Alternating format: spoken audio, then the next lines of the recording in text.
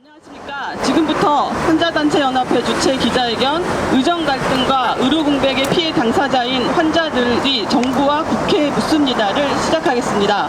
저는 오늘 사회를 맡은 한국백혈병환우의 이은영이라고 합니다. 참고로 오늘 기자회견은 별도 발언 순서는 없습니다.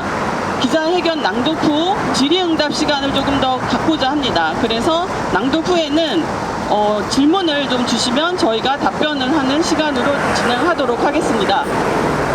의정 갈등과 의료 공백 사태의 피해를 가장 크게 입은 환자들이 입장을 정부와 국회에 전달하기 위해 환자단체들이 함께 마련한 자리입니다. 최근 새 정부와 국회는 의료계 대표들과 소통을 이어가고 있고 의대생은 전원 복귀 선언도 나왔습니다. 의정 갈등 해소를 위한 움직임이 이어지고 있는 것은 환영할 일입니다. 그렇지만 의정 갈등 해소도 좋지만 지금까지도 이 사태의 직접적인 피해 당사자인 환자들의 목소리는 듣고 있지 않습니다. 1년 5개월 동안 환자들은 중환자실, 응급실, 분만실 같은 진료 공백 속에서 스스로 치료 정보를 찾아야 했고 불안을 감내하며 견뎌야 했습니다. 이에 저희 환자단체는 환자기본법 제정, 보건복지부 환자정책국 신설, 환자투병 통합지원 플랫폼 설립을 하나의 묶음으로 국정과제로 채택해 줄 것을 국정기획위원회에 직접 방문해서 요청도 했고 제출했고 온라인으로도 제출했습니다. 또한 전공의 복귀 이후 공공의대 설립 등 또 다른 갈등 요소가 생기고 있고 또다시 집단 행동이 반복되며 의료 공백이 재발될 수 있다는 우려도 생기고 있습니다. 이에 저희 환자단체는 국회에 작년이죠. 2024년이었습니다. 필수 의료 공백 방지법 제정을 정식으로 요청했었습니다. 아울러 의료계가 주장해온 과도한 사법 리스크에 대해 사실관계를 확인할 수 있는 보건복지부 연구 용역 결과가 아직 공개되지 않고 있는 상황에 해당 자료를 조속히 공개할 것도 요청하고 있습니다.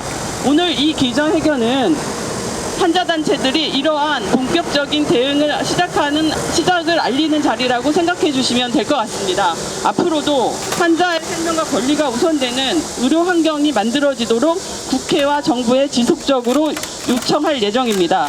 그럼 지금부터 기자회견문 낭독을 하겠습니다. 먼저 첫 번째 순서는 안상우 한국선천성 심장병 한우회 대표님께서 낭독해 주시고 이어서 김금윤 한국 파킨슨 희망연대 회장님, 이어서 오명석 한국건선협회 부회장님, 마지막으로 한국환자단체연합회 안기종 대표 순서도 기자회견문을 낭독하겠습니다. 기자회견문. 의정 갈등과 의료 공백 피해 당사자인 환자들이 정부와 국회에 요구합니다. 오늘 환자단체들은 용산 대통령실 앞에서 의정 갈등과 의료 공백의 피해 당사자인 환자들의 목소리를 정부와 국회에 전하기 위해 모였습니다. 의대 정원 관련 의정 갈등으로 의료 공백 사태는 1년 5개월째 지속되고 있습니다. 약 1만 명의 전공의가 집단 사직에 참여했고 세계적으로 전례 없는 응급실, 중환자실, 분만실과 같은 생명과 직결된 진료과 전공의조차도 집단 사직을 하면서 중증질환 및 희귀난치성 질환 환자들과 응급 환자는 심각한 피해를 보았고 환자 가족들은 울분을 삼켜야 했습니다. 환자의 생명을 정부의 정책 반대 수단으로 삼는 의료계의 비윤리적 반인권적 행태를 전 국민이 지켜보았습니다. 자발적 의사에 의해 사직하고 휴학했다고 주장하며 1년 5개월 동안 의료 현장과 교육 현장을 떠나 복귀하지 않은 전공의와 의대생은 조건 없이 복귀해야 하고 정부와 국회는 복귀한 전공의와 의대생에게 특혜성 조치가 아닌 법령의 범위 안에서 형평성 논란이 없는 지원을 해야 합니다.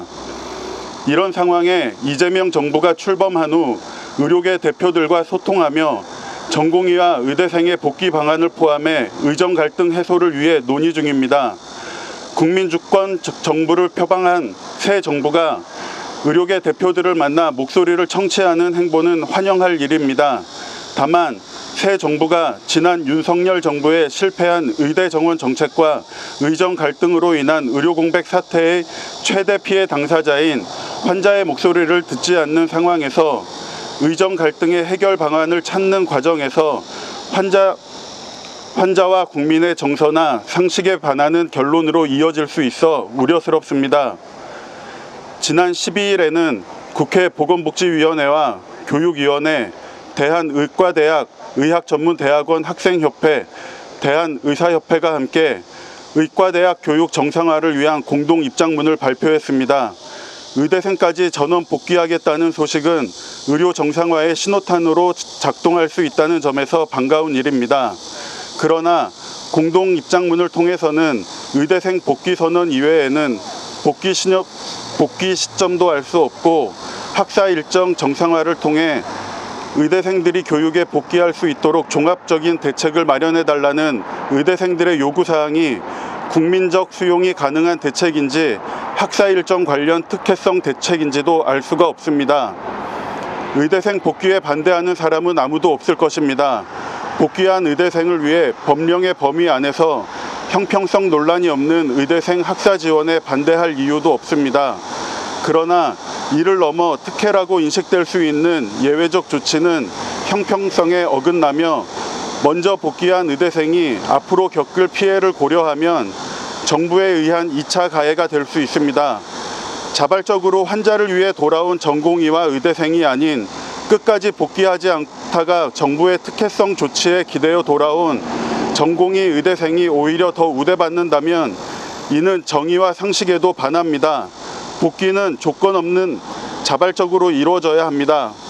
1년 5개월 동안 의료 공백 사태를 겪은 환자들은 의료계와 정부 모두에 환자들의 생명을 지켜줄 거라는 신뢰를 잃었고 각자 도생의 방법으로 환자들 간에 환자 단체들 간에 치료 정보 교환하고 서로 응원하며 견디며 지금까지 버텨왔습니다. 이런 경험을 통해 환자들은 우리나라 보건의료 체계가 환자 중심이 아닌 의사 중심이라는 사실을 실감했습니다. 우리나라에는 환자의 투병과 권익 증진을 위한 법적 체계도 정부 조직도 통합적인 지원 기관도 없다는 현실도 명확하게 인식하게 되었습니다. 의정 갈등으로 인한 의료 공백 사태는 보건의료 환경이 환자 중심적이지 않을 때 국민, 환자가 어떤 고통과 피해를 겪는지 경험하게 했습니다. 이에 환자 단체들은 환자의 투병과 권익 증진을 위한 환자기본법 제정과 보건복지부 조직 내 환자 정책과 환자 안전과 환자 피해 구제과 등을 포함하는 환자 정책국 신설과 환자의 투병 사회복지, 정서적 지지, 사회복귀 등을 종합적으로 지원하는 환자 투병 통합지원 플랫폼 설립을 하나의 묶음으로 국정과제에 포함해 줄 것을 국정기획위원회에 찾아가 의견서로 전달했고 공식 홈페이지를 통해 온라인으로 제출도 했습니다. 이에 정부와 국회는 환자 중심의 보건의료 환경을 조성을 위한 환자기본법 제정, 보건복지부 환자정책국 신설, 환자투병 통합지원 플랫폼 설립을 신속히 추진해 주시길 바랍니다. 주장합니다. 국회와 정부는 응급실, 중환자실, 분만실 등과 같은 필수 유지 의료 행위는 정당한 사유가 없으면 공백이 발생하지 않도록 하는 의료법 개정안 일명 필수의료 공백 방지법을 신속하게 발의해 주십시오. 이재명 대통령은 의대 없는 지역의 의대 신설과 공공의료 사관학교, 공공의대 신설 추진을 보건의료 관련 핵심 대선 공약으로 발표해 당선되었습니다. 이를 추진하는 과정에서 이전 정부와 같이 의대 정원 확대 관련 이슈로 또다시 의료계와 충돌할 가능성이 있고 또다시 의정 갈등으로 인한 의료 공백 사태로 환자와 국민이 심각한 피해를 볼 수 있습니다. 우리 환자는 이제 더는 의정 갈등으로 인한 의료 공백 사태를 겪고 싶지 않습니다. 2020년 문재인 정부가 의대 정원 증원과 공공의대 신설 정책을 추진했을 때도 전공의들이 집단 행동을 했고 당시 의료 공백으로 응급 환자 사망 사건들도 발생했습니다. 이때 환자단체는 국회의 응급실, 중환자실, 분만실과 같은 필수 유지 의료행위는 정당한 사유가 없으면 공백이 발생하지 않도록 하는 의료법 개정안 일명 필수의료 공백방지법 발의를 요청했습니다. 더불어민주당 최영 의원이 대표 발의했지만 필수의료 공백방지법을 만들어달라며 6월 13일 국회 정문 기자회견과 6월 18일 환자단체 대표들과 보건복지위원회 의원들의 간담회, 그리고 7월 4일 보신각에 환자 400여 명이 모여 집회까지 개최했습니다. 그러나 22대 국회가 개원한 지 13개월이 지났지만 아직도 법안을 발의한 국회의원은 한 명도 없습니다. 만일 국회가 2000년 필수의료 공백방지법을 통과시켰다면 2024년 전공의 집단사직은 발생하지 않았을 것입니다. 환자들이 가장 시급히 원하는 법률은 필수의료 공백방지법입니다. 주장합니다. 정부와 국회는 전공의 수련환경 개선과 함께 수련의 대상인 환자의 안전과 인권을 보호할 수 있는 제도적, 입법적 조치도 병행해 추진되어야 합니다. 전공의 수련환경 개선과 함께 수련의 대상인 환자의 안전과 인권 보호 강화도 병행해 추진되어야 합니다. 수련병원인 상급 종합병원에서 전공의 없이 전문의와 진료 지원 간호사만 있는 1년 5개월을 보낸 환자들은 전공의 수련으로 인한 환자의 안전과 인권 침해가 심각하다는 사실을 경험했습니다.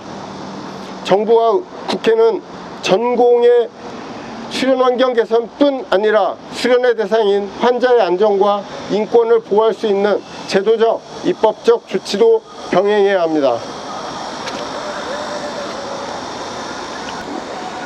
의료계는 전공의와 의사가 응급, 중증 외상, 분만, 중증 소화 등 고위험 필수 의료를 기피하는 이유로 검찰의 높은 기소율과 법원의 중형 선고 때문이라는 일명 과도한 사법 리스크를 주장하며 형사처벌 면제를 요구해왔습니다. 이 주장은 2022년 11월 9일 대한의사협회 의료정책연구소의 의료행위 형벌화 현황과 시사점이라는 보고서에서 시작했으며 2013년부터 2018년 동안 연평균 754건의 의사 기소가 있다는 내용이 포함되어 있습니다.